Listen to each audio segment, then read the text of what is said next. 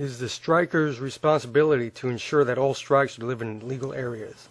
Legal areas include the chest, the stomach, the ribs, the outer thigh, inner thigh, and calf. Unrestrained full contact strikes are not permitted. Also not permitted are strikes above the collarbone to include the face, behind the ribs to include the back, the groin, the knee, or any other joint.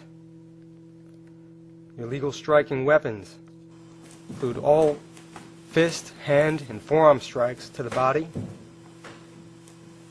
All strikes must be executed in limited or light contact controlled manner where contact with the body is permitted as long as delivered in a restrained manner. Kicks with the instep and shin to legal areas are allowed. Kicks with the ball of the foot or bottom of the foot are also allowed. Knee strikes are allowed as long as they're to a legal part of the body. It is not allowed to strike with your head to any part of the body. You cannot strike with the tips of your elbow. You cannot stomp or kick a grounded fighter. If you're on the bottom, you cannot throw up kicks to an upright fighter. If you're on the top and you have control of a limb, you are allowed a limited amount of strikes. No control, no strikes are allowed.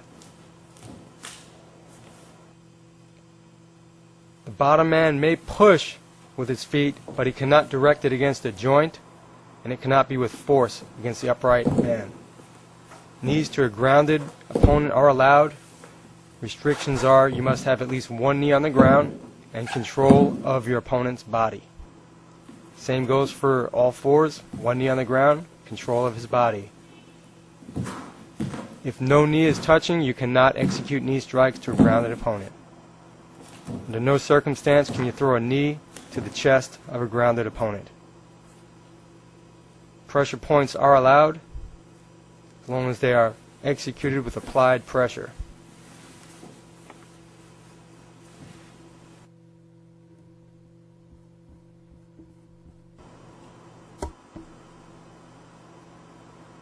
All submissions must be executed with applied pressure. You are not allowed to crank or use a submission to deliberately injure your opponent. Legal submission targets include the wrist, the elbow,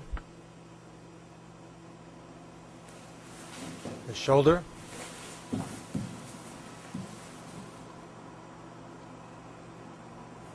and neck. Chokes may be vascular and blood chokes as well. No cranking or dynamic twisting of the neck is allowed. Lower body submissions include the ankle and Achilles tendon. Straight knee bars are allowed. Compressions are also allowed. Toe holds are allowed. You are not allowed to do any heel hooking or submissions that involve twisting of the knee joint. Inside toe holds apply pressure to the knee and are not allowed. While not illegal, referees will stop a match if one of the fighters during a scramble ends up in an unnatural position for the knee.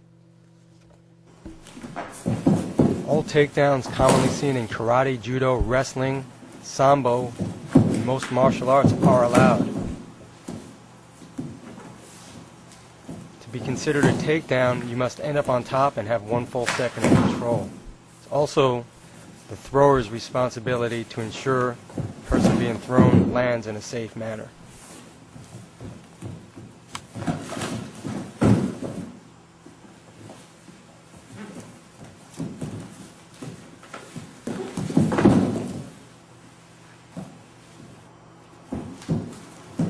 Takedowns and throws designed or intended to cause injury are prohibited. Slamming is prohibited. Spiking on top of the head is prohibited, as well as flying scissors.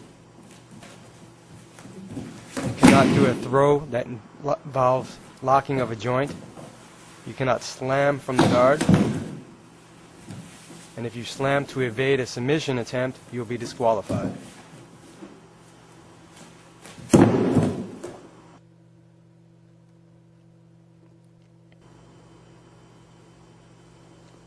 Upper body or hand techniques score 1 full point if landed to the opponent's torso. If a combination of strikes are thrown, or a combination of strikes within one clinch position, the maximum points are 2. Kicks to the legs are legal, but do not score. Clean kicks to the upper body or torso score 2 points. A clash of strikes where no fighter has a clear advantage will result in 0 points for either fighter.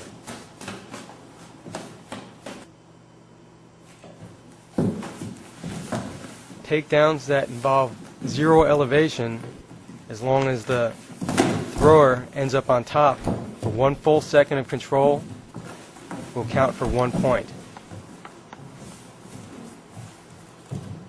If the man who executes a throw ends up on the bottom, the one who ends up on top will receive the point. Throws that involve elevation of the feet will receive 2 points. This involves takedowns as well. Double leg type takedowns, as long as there's elevation and both feet leave the ground, you'll get 2 points.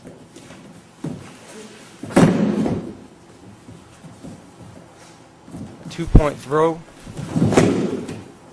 executed with extreme precision and good form can be elevated for a 3-point throw.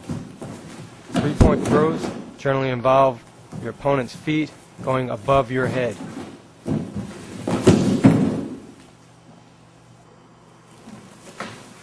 If you pull guard, the man who ends up on top for 1 full second of control will get the point.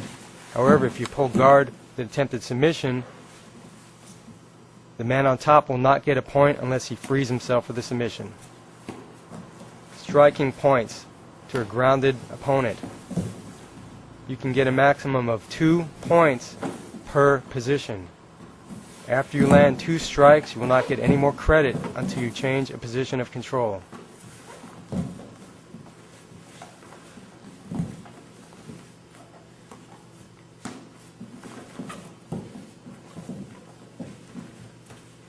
Strikes from inside the guard will get a maximum of 2 points, whether they are in a half guard or any other version. Striking above a grounded opponent will not get any points unless you have control of a limb. The immobilization points are earned by staying on top of a grounded opponent and outside his guard for 10 to 20 seconds. Attempted submissions also count as immobilization. If you can control him and stay outside the guard and prevent him from getting up for 10 to 19 seconds, you'll get 1 point. If you can do it for 20 seconds, you'll get a total of 2 points.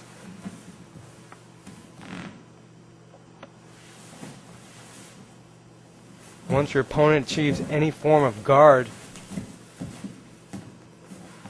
the immobilization count will end and you can start again. Same goes if he frees himself from your control on his knees or on his feet. Once again, you can get immobilization points if you can immobilize your opponent with an attempted submission. This can be used in accordance and in combination with the dominant top position to keep your count going. Again, 10 to 19 seconds is 1 point, 20 seconds is 2 full points.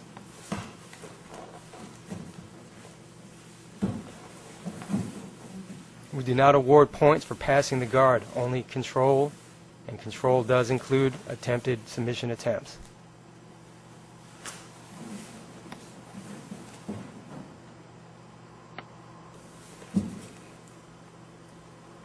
Most footlocks will not score as a submission attempt because it is very difficult to deem who has control. A flying type submission attempt may get you 1 takedown point as well as a immobilization count. Of course, you must keep him in the submission. Finally, if you step out of bounds or are forced out of bounds, your opponent will get a point.